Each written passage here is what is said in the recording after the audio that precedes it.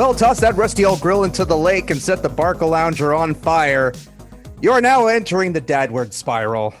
It's I, Aaron Pruner, the creator of this thing, and with me again this week is Eddie Doty, the guy that keeps me sane, the guy who keeps me on track, the guy who makes me feel like maybe I'm getting enough sleep in my life. That's too much responsibility for one man.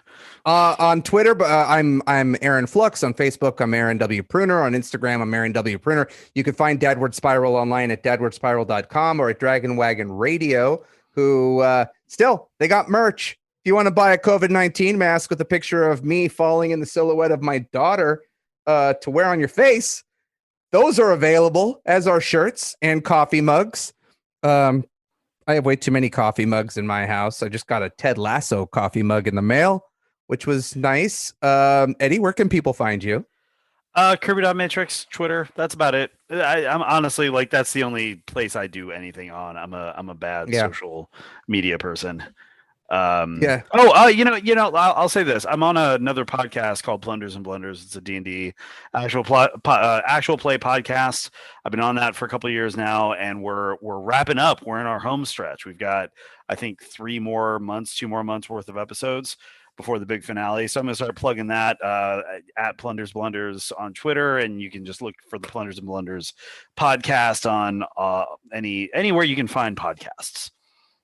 I like that title. Plunders and Blunders is good. Yeah, it's fun. You got Gina DeVivo, a few others. There's no one here yet. Shh. No guests are here yet. I haven't introduced you yet. Shh. Eddie. Hey, Eddie. Yep. Yeah. Happy birthday. Oh, thank you, man. Yeah, it was good. It was good. It was a good birthday. It was yesterday. Turned the big 43. Nothing crazy. It was just my wife and I actually rented a small electric boat and had drinks on the water. And then yesterday I actually ran D&D with my boys. I went down to Newport on my own for a minute, and then played D&D with my boys. And then you were commenting on my Zoom background. That was from my weekly Invisible Sun RPG game that I play with some friends of mine. So we did that, had a great time. It was very chill. It was very COVID quarantine appropriate.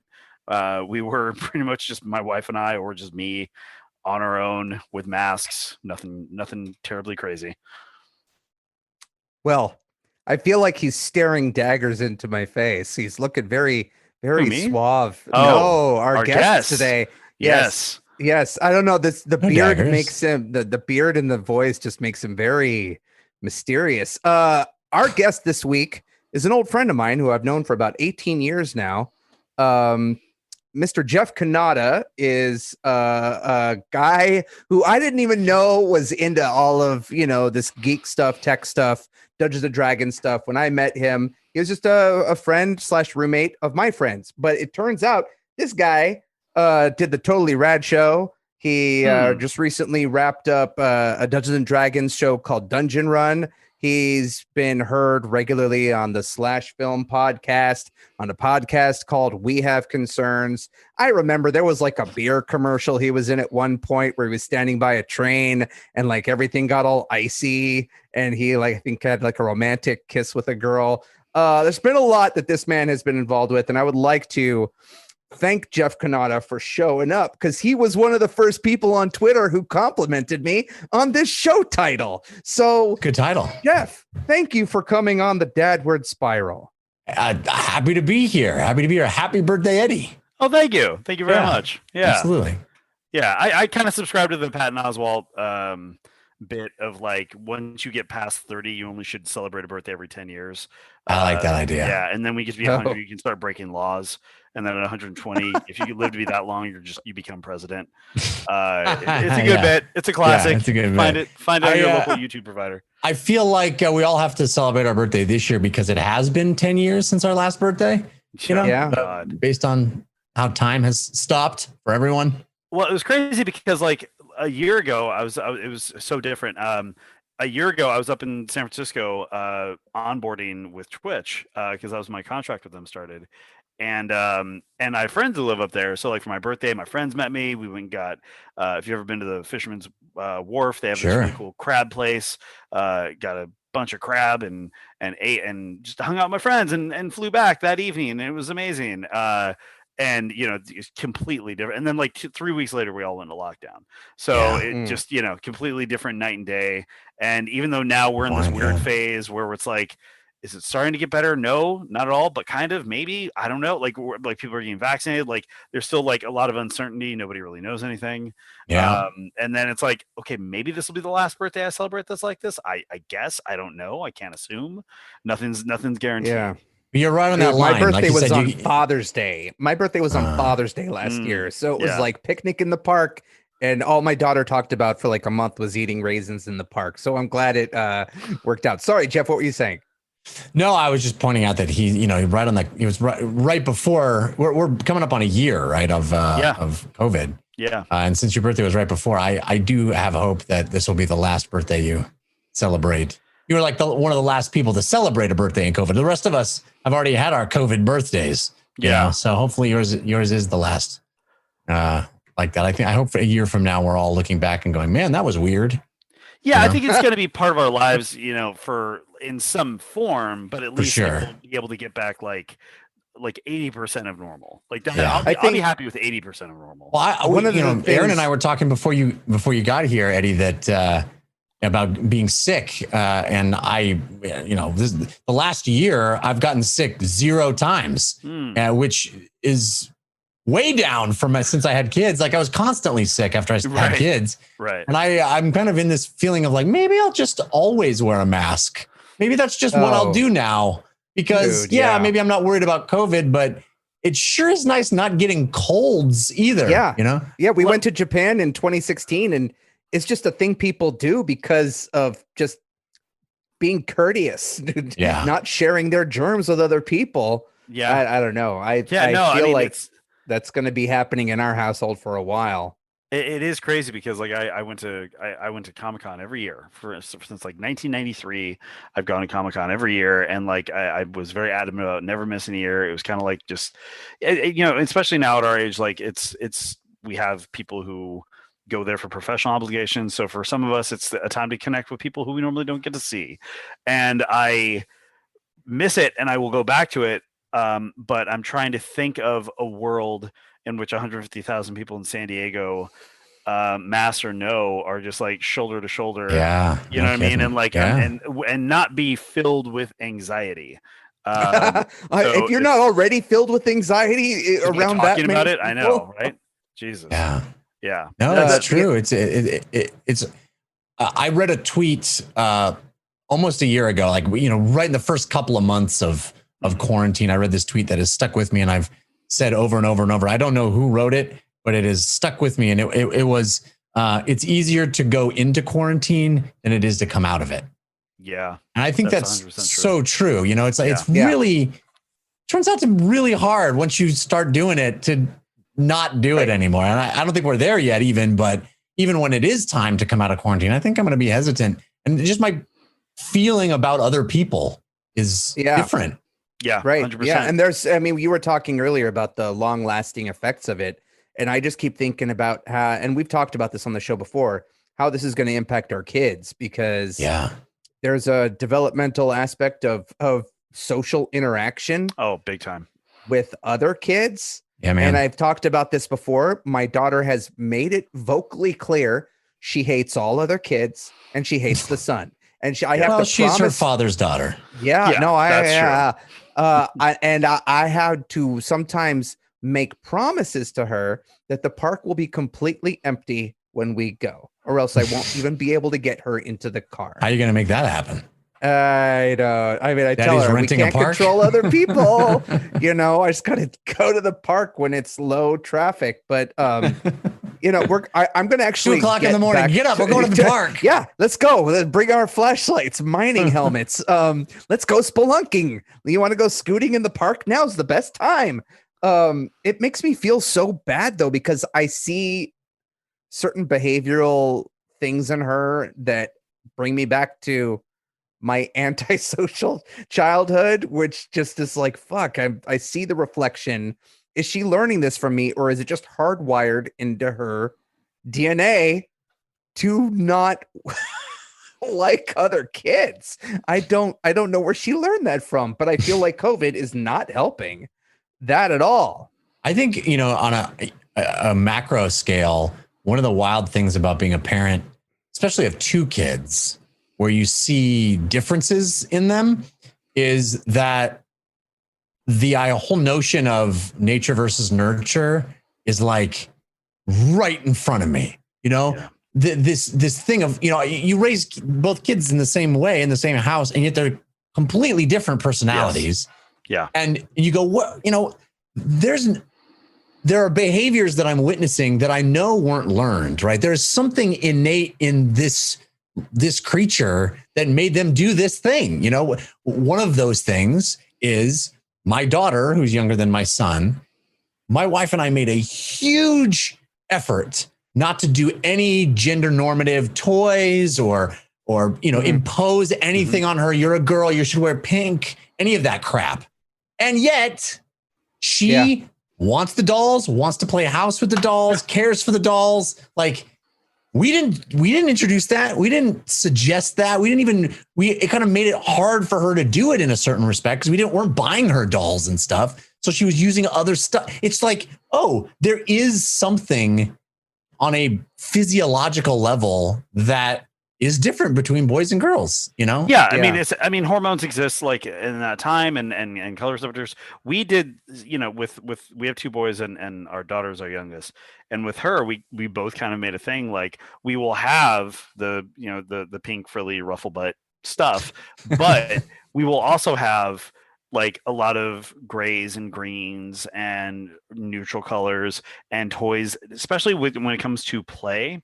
Yeah. I feel like apparel is, and this is just my completely just, not backed up by any data whatsoever opinion, but I feel like apparel is one thing. I think like play, when you start to gender play, I think that's where you can not necessarily, I don't know if it gets you in trouble in any way, but we just, for whatever reason, made an effort to not genderize play, right? Because and like when it comes to action figures or dolls or toys, like a lot of my boys toys that they played with were very gender neutral.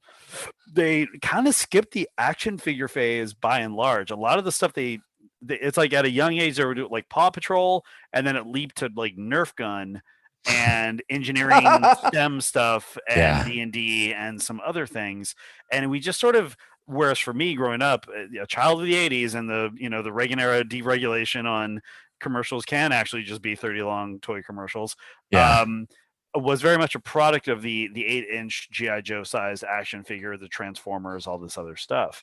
And even like the toys that skewed a little bit that way for my boys were like dinosaurs. They weren't like they weren't really like the male macho thing, because for what I just think that the play aspect, not genderizing imagination, totally was like a big thing. My my youngest son were playing D&D, and by playing D&D we create characters. They just love creating characters.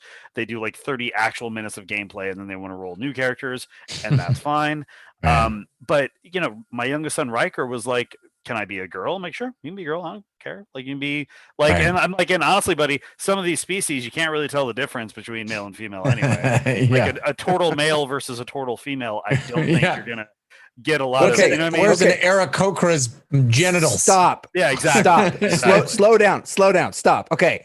I told Jeff before we started recording that I am like the old curmudgeonly man here who doesn't really understand some of these things. Sure. So I need you both to explain to me why it's a thing for people to go online and watch other people play Dungeons and Dragons. Why is that a trend? Aaron, do you like stories? Yeah. Yeah. It's a story. It's a story. It's improv with dice, man. It's all it is. It's an improvised story. It's improv with dice. Yeah. And like before I worked on Critical Role, I was a fan of it because I played D&D. I played not just D&D. I played a lot of role-playing games in the 80s and 90s. And then a lot of that just transitioned into video games because of availability, just because it was easier to play an MMO like Warcraft or something. But I always missed like the character and the lore aspect of it.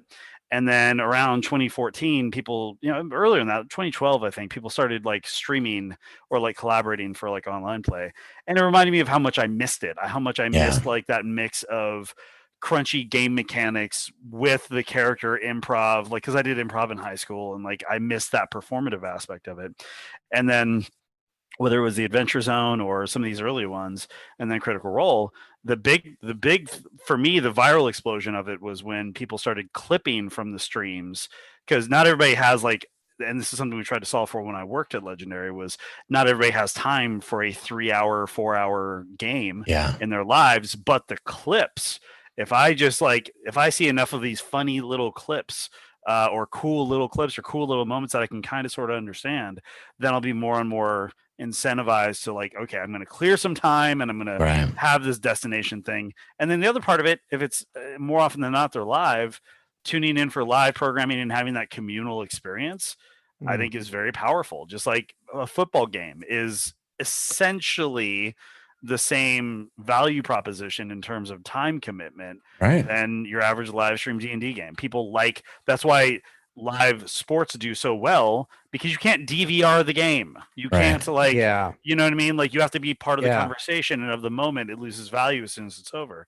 And for D&D there's, or just any like live stream tabletop role-playing game, there's a lot of that overlap there. And it's, I think that's a great analogy on another level too, because I had a drama teacher in college who used to talk about sports as the perfect distillation of drama, right? You go in, you don't know the outcome, you're invested, and that's basically how D&D is, right? They're playing a game, they're telling a story, but unlike watching an hour drama on TV, the end isn't predetermined, right? There is chance. There are things that can happen. Like in a football game, like in any sports game, right? You can have a character can die, or the unpredictable things can happen, and that's part of the live experience too. Is going, oh my gosh, I'm here for this roller coaster ride where even the participants don't know what's going to happen. Yeah. Okay. So that makes sense. So quickly devolved into Jeff and Eddie explain D&D to Aaron, which is fine. Thank you. No, that's good. That's good. And I actually wanted to pivot that into the next thing. So last week, the Television Critics Association press tour is happening right now. And last week they had a creep show panel, and Greg Nicotero was talking about, there's an episode in season 2 that is very personal to him that goes back to the early 70s and sort of explores the life of a character who was really into monsters and geeky stuff in the 70s, where the father figure and society in general was just about, you have to be into sports and not this like weird like makeup pretend world. And I feel like that sort of resonates, I think, with us in general, growing up in the 80s, being into more nerdy things and it being looked down upon. But here we are now. Like in the 80s, Dungeons and Dragons was not this pop culture phenomenon how it is now. It absolutely was until the Satanic Panic hit. And then it like, okay, yes. Yeah. Right. Yes. Okay, good. Thank but you also for every geeky thing is not the pop culture thing that it is now. I know. I'm getting to a point. Oh, okay, goodness. Sorry, I just had Aaron a lot of rules this podcast with an iron fist, I've learned.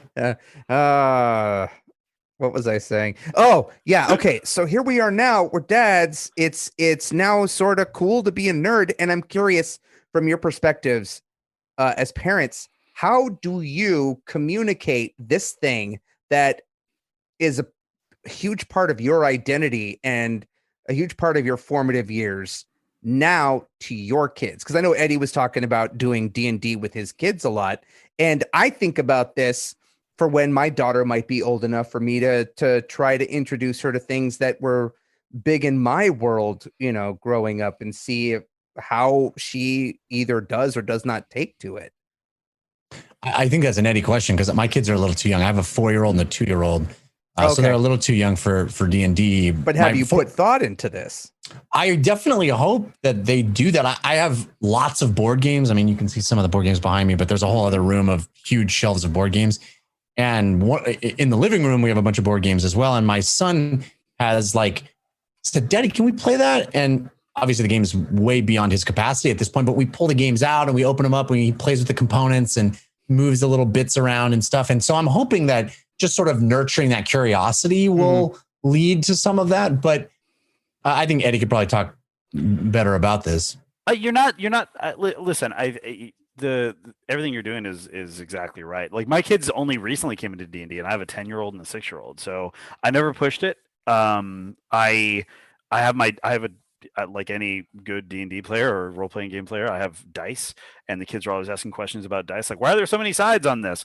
And like what does this one do? What does this one do? What does this one do? And then for me, it was describing. It's like so when they ask like what a D6 does, I'm like, well, if you hit someone with a stick, it's like one of these. But if you can summon a fireball, you get to roll 8 of these, and that tells you how much damage it does. Like if you're a sorcerer, and like I'll explain to them just like the little breadcrumbs of lore around it, and then they become very interested in it. The building a character is like, and for me, it was half the fun growing up as well, was build this idea of building a character, right? Like imagining what you could be, and then seeing what that how that takes shape in terms of like some basic mechanic stuff. I think listen, for me, I never sought to get them out there. What I did do was, I think it's a give and take. You have to like listen to what they want to do, whether you're familiar with it or not, and then you have to be an active participant in it, even and admit that you're coming in blind. Like, hey, I don't know what this is about, but you seem to be into it.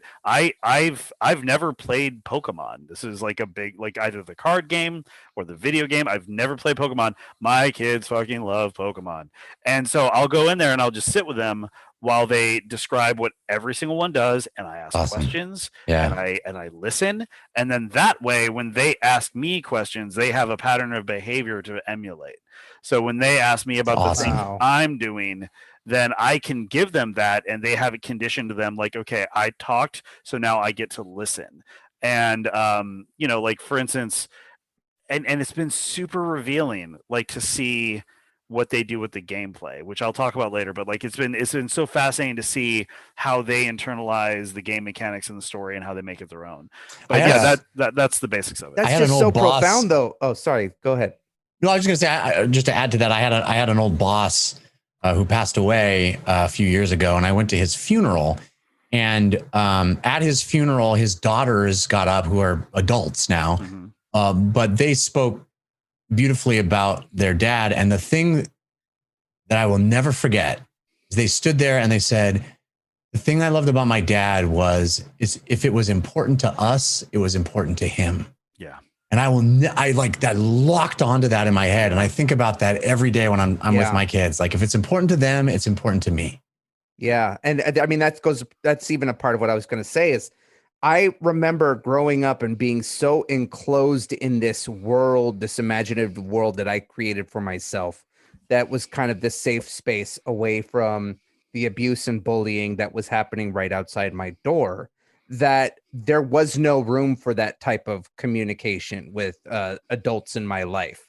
That it was like, this is where I exist. You don't understand this. And when I try to explain it, I get this weird reaction or pushback that I'm weird. So the idea that we can have these relationships with our kids where it's like this open communication of thoughts and championing creativity and world building or or character building or just storytelling, it kind of blows my mind, because it's something I never even thought of in this realm. I mean, there's a lot of things I never thought of in fatherhood at all, but like that feels so fucking important. And as it acts, I'm sure that acts as a foundation for wherever they go in their life. I mean, we're speaking 3 men who all work in some sort of creative storytelling field. And I'm sure that we got into where we're at now based somehow on these moments from our childhood, right? Yeah. Yeah, sure. Definitely. It's I have a question for Jeff on this one. Like, your kids are not at that playing age right now, but you have, both produced and performed in a number of like live stream tabletop games and D&D and stuff. So at some point your kids are going to be able to see you. Like I've appeared a few times. I DM'd a game for Q Times and for a different game system called Operation or Phoenix Dawn Command, and I DM'd a couple times, and then there's the podcast, but there's not a ton of hours on me. And as you and I both know, Jeff, if you play in any kind of like D&D game, there's a million gifs of you out there, floating around. If you just search your name, that's got to be weird. It's weird. It's weird because it's this like digital thumbprint that like will outlive you. And when we were talking to Mike Flanagan, he had this really great phrase that's still with me, that he approaches his work in part as a way to leave something behind for his children to interrogate after he's gone. For real. Like, and a lot of his work touches on themes of family and trauma and moving on. And things like that. And you want to know something, Eddie? I'm going to interject for a second. Sure. I had a chance to talk to Stephen King last week in a TCA panel, and I tried to bring that up, but I had no preparation at all to ask him that. And it turned into like 5 minutes of just me fanboy babbling, like Mike Flanagan said he reacted to Stephen King. It's Stephen King. What are you going to do? What are you going to do? No, it's true. No, but I guess my question for you, Jeff, would be like, out of all the games that you've played, right? And because it's a creation, it's part of your craft, it's something you've made. Is there something that you would hope your kids get out of it, whether it's a specific lesson or a perspective or an approach, or just simply the act of seeing their dad being creative and throwing caution to the wind and just swinging for the fences and doing so unashamed? I think you say that very eloquently. I think that'd be a wonderful takeaway. I come at things very passionately, and I tend not to hold back at all. And I would want that for my kids. I like the fact that my kids right now, we're in this weird place where they don't have peers to be intimidated by or live up to. They're just isolated kids right now in our COVID bubble. But I like the fact that they tend to be very fearless at the moment. And I want to encourage that, right? I like the idea of jumping in with both feet. And I think that storytelling, and especially improvised storytelling, is all about that, right? Is all about leaping in and jumping into the void and trusting the people you're playing with. And Dungeon Run in particular, I'm very proud of, because we decided before we started that it was going to be family friendly. So there's no F-bombs, yes, it's violence because it's, Dungeons and Dragons, but we very much wanted it to be a show that people could enjoy with their kids. So I'm really looking forward to the point where I can hopefully spark my kids' imagination and they'll want to watch it.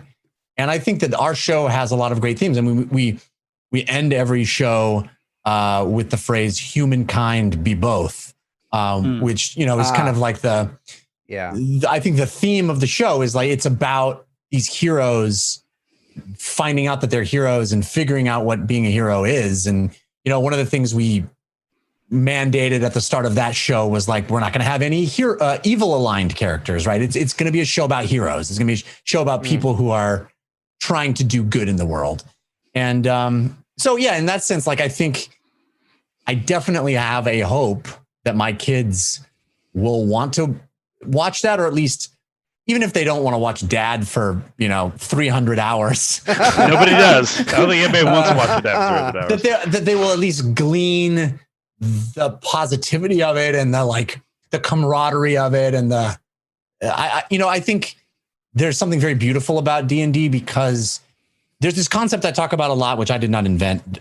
It's been around for many, many, many years, but this idea of the magic circle, which is this idea that anytime you play a game, whether it's basketball or a board game or Dungeons and Dragons or anything, that you are entering into a magic circle. The people that you are playing the game with have all agreed tacitly to the rule set, and the rules of the outside world, outside that magic circle, no longer apply, right? But the rules of the circle, in the circle that we are making up, you have to abide by them. And in fact, it's a celebration of that shared reality. And I think there's something really beautiful about that. And it's something that I hope my kids take away or find in their own lives.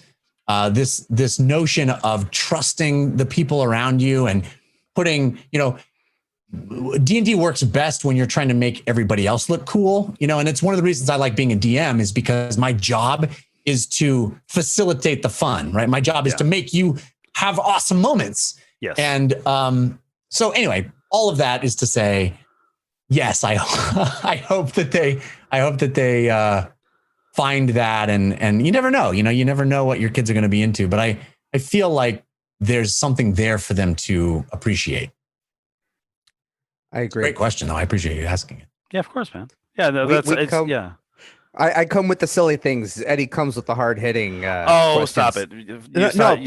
You mentioned Comic-Con earlier. Yeah, and the anxiety-inducing hundreds of thousands of people converging upon one tiny beach city concept, just in and of itself, outside of being a parent, always messed with my OCD and agoraphobia and everything else. And there was something about going on a professional level. I always had a thing I had to do and a place I had to be able to tune out the crowds and tune out the noise. Now, Jeff, I the past few times I've gone to Comic-Con has been with our mutual friend Ryan, who you went to college with. Yeah. And he put in my head that the idea of once my daughter is old enough that she can come with me and cosplay. And he kept giving me this idea of going as Kick-Ass. Was it Kick-Ass? The little girl. Yes. Yeah, Kick-Ass. And I'm like, cool. That's great to think that from a perspective outside of the parenting experience. But when you have a 2-year-old with you and you're going through the idea of actually bringing this 2-year-old in a costume that serves your interests and not hers into the realm of the madness of Comic-Con, that opens up so many other cans of really troublesome worms I don't even want to think about. And I'm wondering if you even had these talks, because Eddie works professionally in this industry. I know you work professionally in this industry. I work professionally in this industry. We've all had to work Comic-Con. We all have kids. And at some point or another, I feel like that talk is going to happen where you're going to have to put certain logistics into play to figure out, okay, how do we make this work? Yeah. How do you make this work? I don't think I would take a 2-year-old to Comic-Con, but I've definitely fantasized about taking like a 5 or 6-year-old to Comic-Con. Mm-hmm. And part of the reason I fantasized about that is because my mom took me to comic book conventions. Wow. I begged her to, right? She didn't take me because she was going and wanted to bring me along, like in this hypothetical, but I loved it. I mean, my mom would go. It was amazing. She would like stand in line. This is back when comic book conventions were like comic book conventions, yes, you know? Right. Yeah. And, oh my God, those days. Yeah. And I mean, I collected the comics from an early age. And so I would, I'd want to get signatures of the artists that were there. So my mom would stand in line and like get to the front, and she'd be like one of, 4 women in the entire place. And all the comic book guys would be like, oh, hey, hi, who can I make this out to? And she'd be like, Jeff, but I'd get to go and wander around the look at the long boxes and try to find out old back issues I was looking for. And my mom would stand in line for the signatures. Anyway, so I have this history of like it being a family experience. And of course, I fantasize about bringing my kids and dressing up with my kids. And you can't go to, we can't go to these conventions now, but when you could go to the conventions, you couldn't go and not see lots of parents with kids. And so it's natural for me to have thought, oh man, it'd be fun to bring my kids, but only if they're into it, right? I think I can't imagine anything less fun if you don't want to be there than a giant convention full of crazy people. Right. But if you're into it, like I think my son already, who's 4, I think he would think it was amazing because he's already into, he like loves PJ Masks, which are basically like starter superheroes. PJ Masks. Yeah. So I think he would love the color and the pageantry and the scale of everything. I think it would blow his mind. But I don't know if I would even bring a 4-year-old. I feel like it would need to be a kid that I wouldn't be terrified would get lost if I set him down for 2 seconds, or anything like that. So yeah, it's a lot, but I definitely fantasize about it. I mean, Eddie, when we were at Comic-Con the last time I saw you in person, did you bring your kids were at the hotel? We did something interesting. So my roommate that I split the hotel with for Comic-Con, he had to leave early Saturday. So I got down there Wednesday for work stuff. Because like I think my panels were like Thursday and Friday that year. And so he came down, and then what happened was he left Saturday morning. My wife brought the kids down Saturday midday, and we had basically, you know how like this is, I don't know if I should be admitting this, but you know how when you moderate a panel, what is happening? I'm waiting for my food. Dizzy. I'm waiting for my food delivery. Just relax. Okay. Okay. No, but like when you know how when you moderate a panel at Comic-Con, you get like 5 guest badges. Yeah. Like, so I basically gave one to my sitter, and I'm like, look, come down and watch the kids for a night. Oh, that's and cool. Then we'll give you a badge. And so she was like, done. And so she, that's awesome. So Rachel came down with the kids. Our sitter took over the hotel room. Rachel and I went to the National Geographic party where you and me and TJ Storm and everybody else like met up that night. So she was with me that night. And then Sunday during the day, Sunday's like kids' day. So like that's probably the least stressful day you can do on the floor there. So, and yeah, we took the kids around. My son Riker was 5 at the time. He was into it. He loved it, but it was borderline. It was a lot of like, it was very sensory overloadish. Grayson was into it. And then like I took them off the show floor to like the smaller activations and like the Marriott and the surrounding stuff, because that was a little bit more their speed. To your point, Jeff, I started going to conventions when I was 10, but like the Glendale City College, you know what I mean? Like in like this like little gymnasium, that was the scale. And that was like the perfect scale at that age because it still felt big. Yeah. But I could like kind of, there weren't like too many options. It wasn't overload. Right. Like it was, so yeah, I think it's, but again, it'll be interesting to see what happens when the world kind of goes back to normal. I don't know that I'm going to be bringing them. Or at least all of them, right? Because now we got Millie, and it's like we got to figure that out. And you know, Millie was 1 last year, and so she was just basically in the stroller the entire time, which isn't fun for her. So it's, it's a fun idea to throw at a person when you're not a parent and you view it outside of this experience. But you know, because I would view parents dressed up with their kids, on the floor during the busiest times, pushing strollers and whatever through large crowds. And I would be like, well, why would you bring your kid to this? The same thing of like going to Coachella or something and seeing parents bring in babies. But being in it, the amount of work that goes just into getting out of the house is in and of itself a process. The fact that people are getting their kids into costumes, getting the diaper bag, getting the stroller. If you have multiple kids, there's that issue, and making sure everyone stays together in these large crowds, either on the show floor or outside on the street. The amount of stress I am experiencing right in this moment as I'm even talking about it. I don't understand how to even make that work, or if that would even be fun for anyone involved. It's like, we have yet to take Lily to Disneyland. We were going to take her there for her 2nd birthday, but with the way things ended up going on, the park's closed. Right. And that in and of fucking Disneyland, I want to take her, but at the same time, I look back at pictures of me from when I was like 1 or 2 years old, crying, terrified of Goofy, who just wanted to pose with a baby in a stroller. Like you end up having this notion of, are you doing this for you or are you doing this for your kid?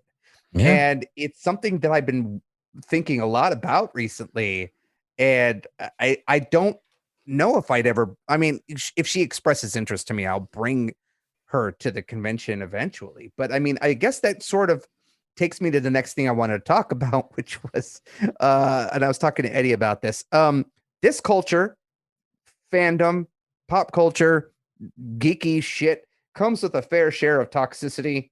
And I don't even really know if this is going to lead into a big conversation, but there's a lot in this world that my wife and I are trying to, for as long as we can, shield my daughter from. And, COVID has helped me keep her away from scary things and scary people and scary situations.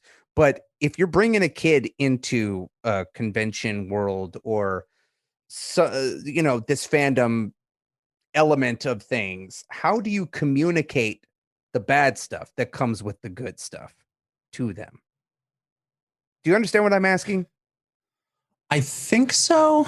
I think a lot of that comes after they can read, right? Because most of that bad stuff is written, not spoken.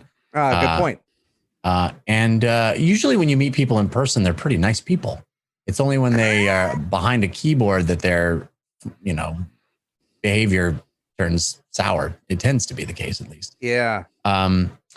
So I haven't really crossed that bridge quite yet because neither of my kids can read yet, and they don't have, access to the internet. But it's definitely going to be a huge part of what it's about to be a parent in these years, right? In the next 20 years, it's going to be a huge part of it.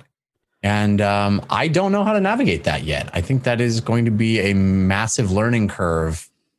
I can tell you, I don't want my kids to have a Facebook account. I'm not excited about that.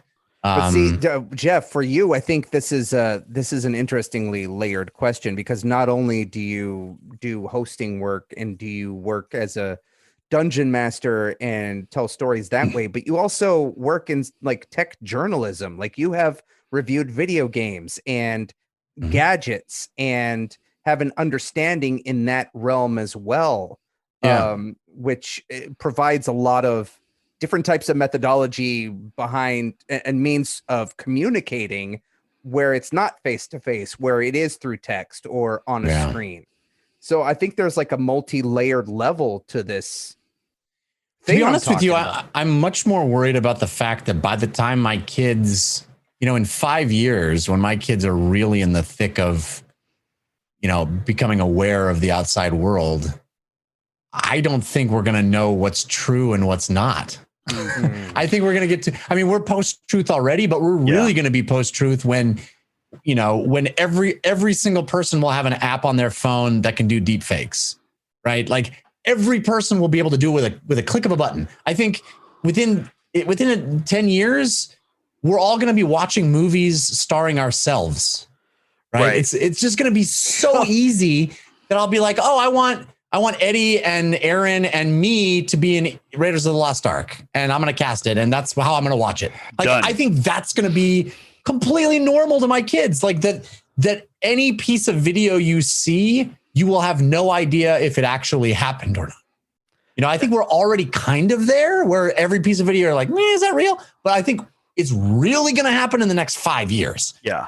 Without some drastic regulation. Yeah. Yeah. And like, then what? Like, then what do I tell my kids? Like, don't trust your own eyeballs. Like that's the world we're going to live in, is you're not going to be able to know what's real unless you see it in person. And that's that. I just don't even know how to rectify. I don't know what that's going to be like as a parent. Well, and that kind of like, a couple months ago now, we had Drew McWeeny on, film critic. And, I love him. Yeah, he's awesome and a friend of the podcast. And, he talked about media literacy being a fairly significant part of his life's work now and his mission. And, or at least like a thing that he recognized early on as like a necessity. And until some sort of like codified educational investment happens for kids when it comes to media literacy, we're all kind of on our own. And we're always, especially when you have more than one child, and especially in, with both working parents, the urge and the need to just utilize devices as just to buy you time until your shit is done is always there. So, and we're all figuring it out at the same time together, imperfectly. But in your household, what do you do? And I know your kids are young, but is there anything in this stage that you're thinking of, any rules that you think you'll impose, any boundaries around that stuff? And what would that be? That has been a huge discussion, especially in the COVID year that we've experienced, because for the first 2 years of both my kids' lives, we said no screens whatsoever, right? No screens for the first 2 years. And I had planned to be really strict on that stuff. And then COVID happened, and it's like, oh, we can't go to the park. We can't, there's like so few options now of just variety in their lives. Like, what do we even do with these kids for hours at a time? That I think a lot of that slippery slope has happened, and my kids get more TV than they used to. Didn't give, but I've let my son use my old 3DS as like his console. But we try to limit to like 20 minutes a day. But this stuff has, I think, ramped up quicker than I ever thought we would for really young kids, because of exactly what you're talking about, Eddie, where it's like, I just need 20 minutes to just get some shit done. I'll put on the show on TV. Yeah. They'll sit there quietly watching it. And I never wanted to be that guy where I was using the screen as a babysitter. But man, COVID has really, and maybe that's a cop out, maybe that's an excuse, but I do think that COVID has made that a little, it's made me compromise that stance a bit. But it is something that my wife and I talk about a lot. And it's something that I really want to not let get out of control, because I don't want to be the guy that's, at the restaurant eating my meal while the kid is on the thing, on the phone or whatever it is. I don't want that to happen. I want to be able to, have a healthy relationship with media, because I love media. I mean, I make my living through media. I love media. I think there's certainly a positive element to it, but I do think that finding that balance is a huge challenge. And I have a friend actually who used to run a company that was all about, he did this app called Chore Monster, which was like gamification for chores for parents, for kids. I've tried that. Yeah. So, so he was very much involved in, learning about parent-child relationships and stuff. Anyway, his philosophy is with his kids, like complete unfettered access to that stuff. And his philosophy behind it is, if you limit things, you fetishize it, and they have this pent-up desire that can't ever be satisfied. And so it'll put it on a pedestal. Whereas if you say, yeah, play the video game as long as you want, they'll tire of it and realize that it isn't, they're the best thing in the world anymore, and they'll move on to something else. And he's found success with that. I have a hard time accepting that position. I don't think I believe that. But it's a struggle. It's a dilemma. Like, I don't want to fetishize it. I do see that when I say 20 minutes are up, buddy, it's time to stop playing the 3DS. He's like, no, one more. And so I don't know. I mean, I'm open to what you've experienced. I don't think it's a cop out. I just want to chime in here and say, I don't think it's a cop out. I think that, especially with COVID, and if your wife works a full-time job too, Jeff? Yeah, and are you both working from home? Yeah. Okay. Yeah. So you're juggling that and parenting duties with two children all in the same household. Yeah. I'm assuming that, from my experience with what I've been doing here, and I bet I've seen Eddie's sleep patterns through a screenshot he sent me a few weeks ago. We're all not getting a lot of rest, and we all don't probably get a lot of personal time to get whatever stuff we need to get done for ourselves outside of our bigger responsibilities. It's not a fucking cop out. I feel like we're always going to be searching for that balance. I don't know if we're ever going to achieve it perfectly, but the fact that we're looking for it and striving for it, I think is big in and of itself. I have a friend who has a kid who I think is like 4 or 5 months old, and he's constantly posting videos of her sitting in front of the couch watching movies with him. Movies, like full-length movies that a little baby can't comprehend in their head.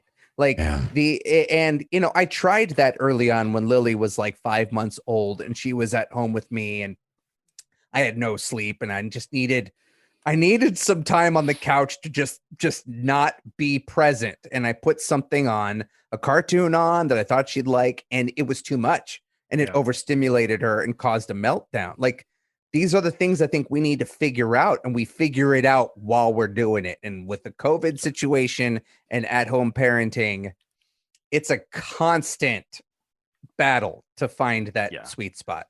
Aaron's 100% correct. And like, if there's one thing, I think for me, a big motivating factor to doing this podcast is to just be a periodic reminder for as many men or male identifying parents who need to hear this, to forgive yourselves, right? Like it's honestly like it's because here's the thing. Sorry, I'm sorry for laughing. It's funny because it's like you would think like, why say that? That's silly. But then you think about it for a second of all the shit that any halfway engaged like father or parent has, and it's extraordinarily easy to just beat the shit out of yourself with your decisions because you don't see all the good things you're doing, but you definitely see all the things you're not doing. Dude, the other night at 1 o'clock in the morning, I was telling Jeff this before we started recording. So last week I thought I had food poisoning until 1 o'clock in the morning, like three nights ago. Woke up, my daughter puked all over her bed, and I'm not good around.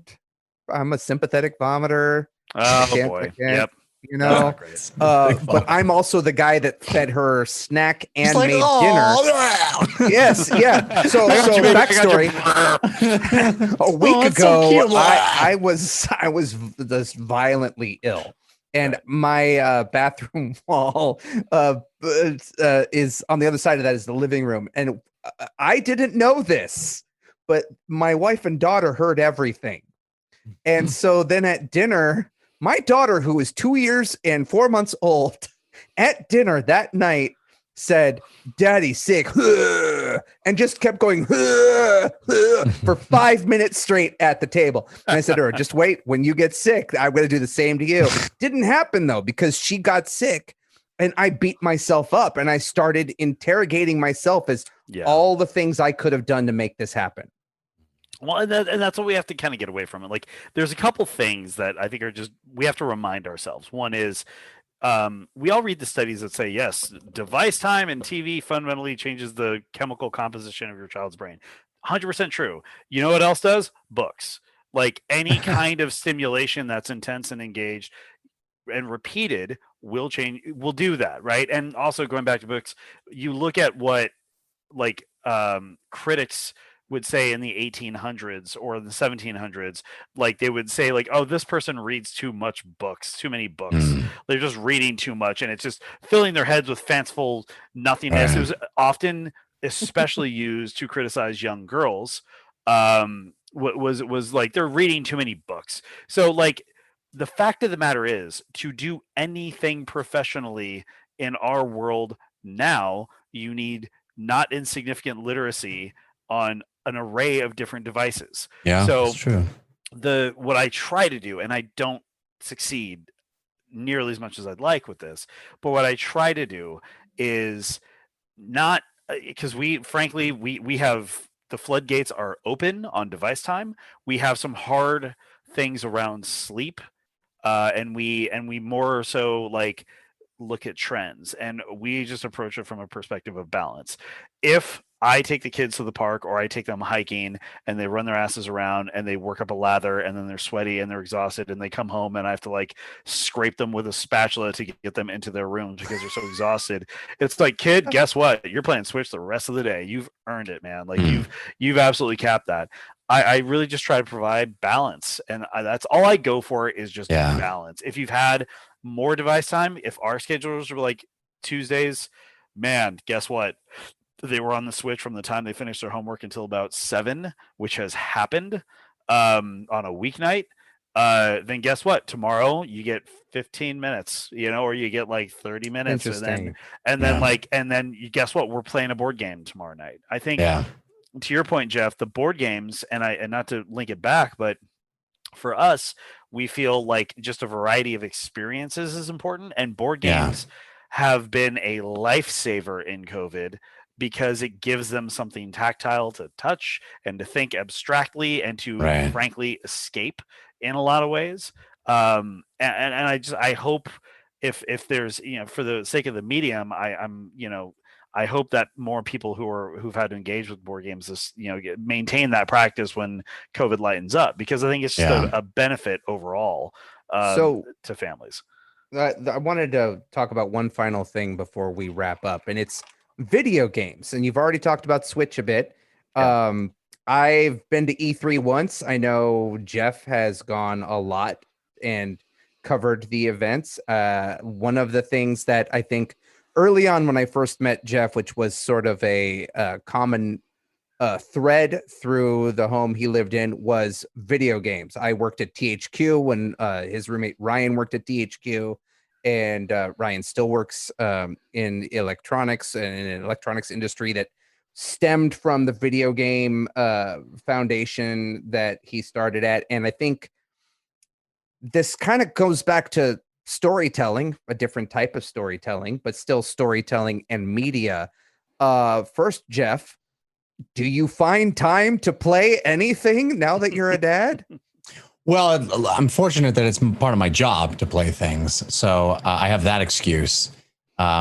If I didn't have that excuse, I don't think I would play nearly as much. But I still review video games professionally. So I'm fortunate that I'm able to do that. But it's been interesting seeing my son sort of fall in love with Mario. Because basically I gave him the 3DS. I had Mario 3D Land on that, and then Mario 3D World just came out on the Switch. Yep. And so we've been playing that 2-player, and it's great. And I've realized that my son has the kind of mind where he wants to know the names of all the bad guys in Mario, and he wants to understand the world, and he'll play the same level over and over and over and over and over again because he wants to like grok it, you know. So it's been fascinating to see him do that. So part of the video game experience that I've had lately is like playing games alongside my son, which is I'm finding to be a positive experience. I mean, in contrast to what we were just talking about with screen time, like there is this positivity to it too. Like we're having this shared experience. Yes. And because I have a love of video games, he realizes he can talk to me about it, and I can talk intelligently about it, and I can answer questions, you know, and he can be like, Daddy, what, you know, what's Bowser, you know, what's he doing? And I can tell him, you know, about Bowser and all that stuff. It's been a bright spot, I think. But then again, as we've been talking about, I have this like guilt of like, well, is he obsessing about it because he wants to know the names of all the characters and all that stuff? So, you know, but yes, I play a lot of video games, but it's my job. Yeah. Well, I mean, still though, like it's my job to review television shows, but to be able to find the time to watch like new Walking Dead screeners or whatever, it's like I have to squeeze that in to this like little chunk of time after my daughter's bedtime, before my bedtime, like you know, and it's it actually sometimes becomes work, where before it was like, this is a hobby that I get paid for. And the danger of monetizing your hobbies. Sure. But seriously. I guess what I'm getting at is, do you view what you do differently now that you are a dad? Are you viewing video games? Are you viewing the medium or the entertainment aspect of it? The process of just sitting down and playing a video game, is it an experience that informs your life differently now than it did before you became a dad? Yes. And I think there's a number of facets to that. Like what I get out of it as an individual has sort of shifted, because it is more of an escape from responsibility and duty. But also, you know, my son, he loves Hot Wheels. And so there's like a Hot Wheels app on the iPad that somebody downloaded for him. And it made me,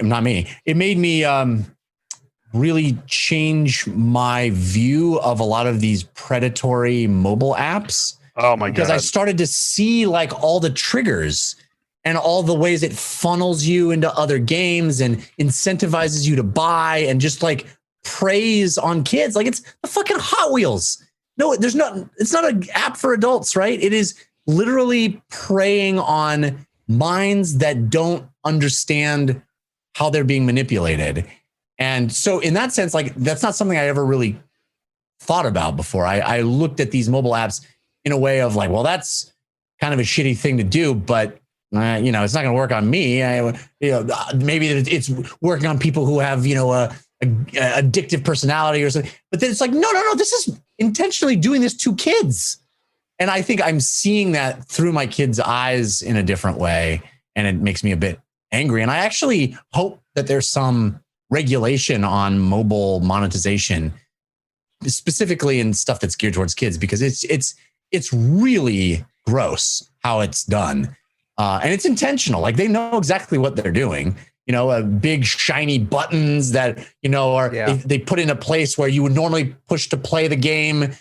Now it's replaced with a buy button, or, it's a giant thing comes down that advertises a different app that the same company makes that like pushes you into that app and automatically downloads it. All that shit. It's gross.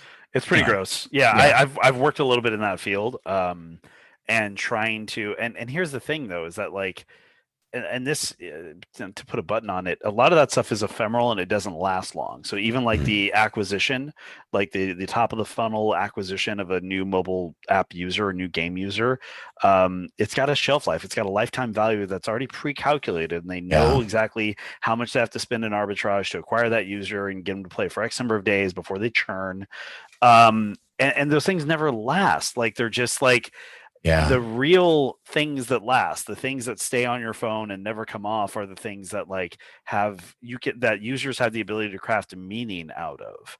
And I feel like that's what we're in Success, we're all trying to do with the stuff we make, is just create moments that you can share. And to that point, like it's to that point, it's like those are the things you feel like you don't mind your kids doing, right?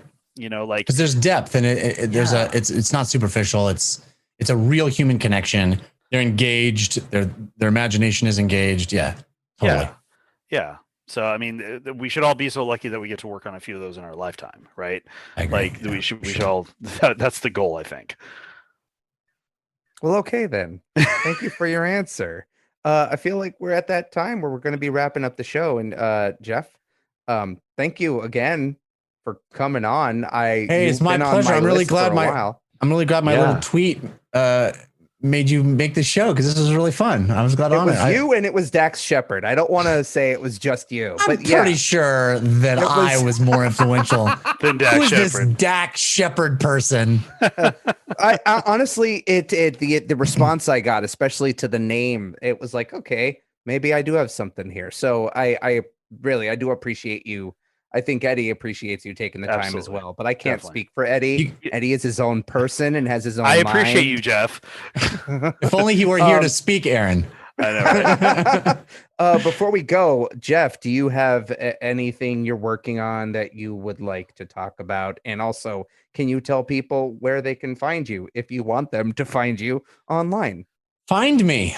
I'm on Twitter at Jeff Cannata, which is spelled with 2 N's and 1 T. And I have a bunch of shows that I do. The Dungeons and Dragons show that we talked about a bit is called The Dungeon Run.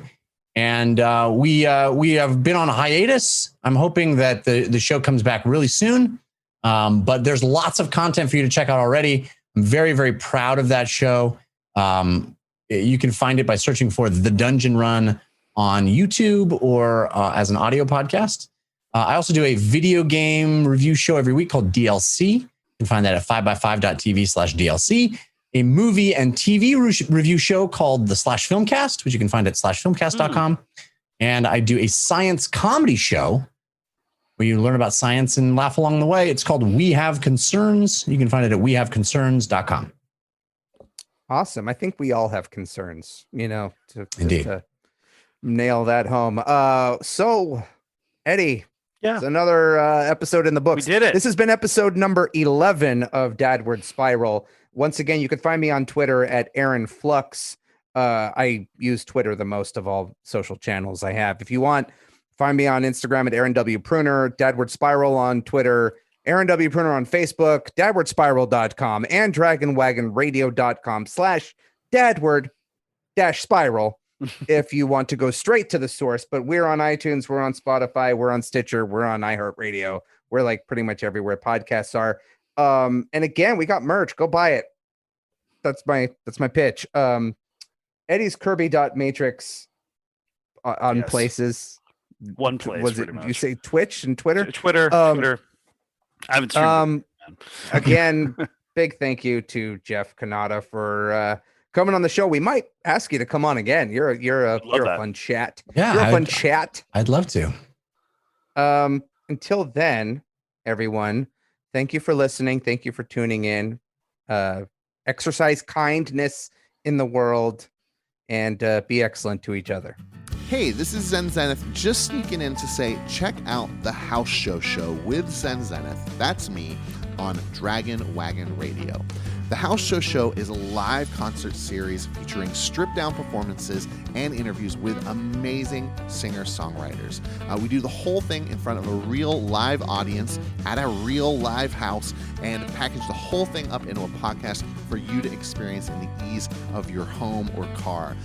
Real intimate performances, real intimate conversations with great people. Check it out at thehouseshowshow.com or on Spotify, Apple Music, or wherever else good podcasts are found. We'll see you there.